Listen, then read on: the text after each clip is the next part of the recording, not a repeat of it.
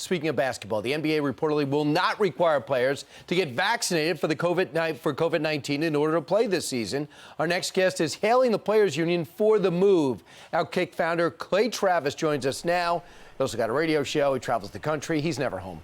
Clay, 85% of the players are vaccinated. Is that part of the reason why they're not going to mandate it? No, I think the reason, Brian, thank you guys for having me on, is because to the NBA Players Association's credit, they are standing up for the rights of their individual athletes about whether or not they should have to be vaccinated for COVID.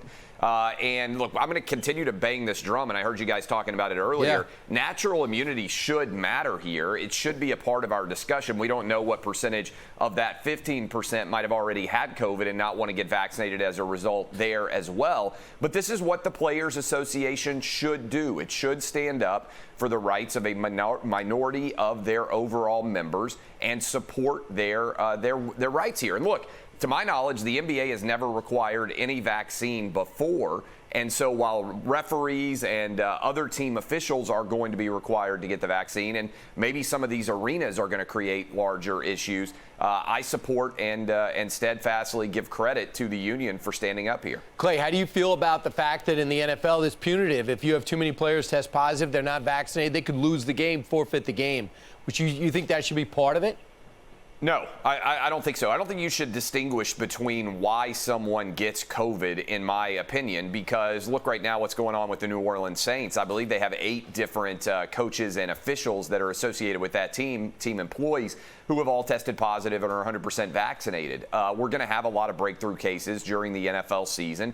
Again, I would go back to natural immunity mattering here in a big way. The study out of Israel said natural immunity 27 times more protective than the vaccinated immunity would be. I don't think you should have that policy in place in the NFL at all, and I think it's going to be a mess for the league this season. All right, so catch Outkick's college football bus tour across the biggest games in the South through September 18th. Clay, where are you going to be? Alabama, Florida. Can't wait to be down in Gainesville, Florida. Big game going on this weekend. We'll be down there tailgating. People, if they're Alabama or Florida fans who are going to be at that game, come find us. We'll be live on the big noon kickoff at 10 a.m. Eastern from Gainesville, Florida this weekend. Can't wait, Brian. 10 seconds. What's clicking in Outkick?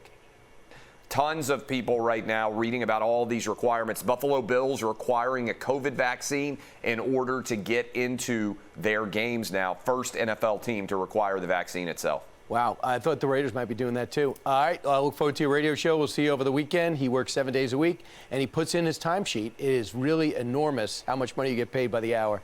Clay, thanks so much. Appreciate it. Thank you. Hi, everyone. I'm Brian Kilmeade. I want you to do me a favor. I want you to click to subscribe to the Fox News YouTube page. This is the only way that I know for sure that you're not going to miss any great commentary, any great news bites, any great interviews coming your way on Fox. You can get it all here on YouTube. So subscribe right now.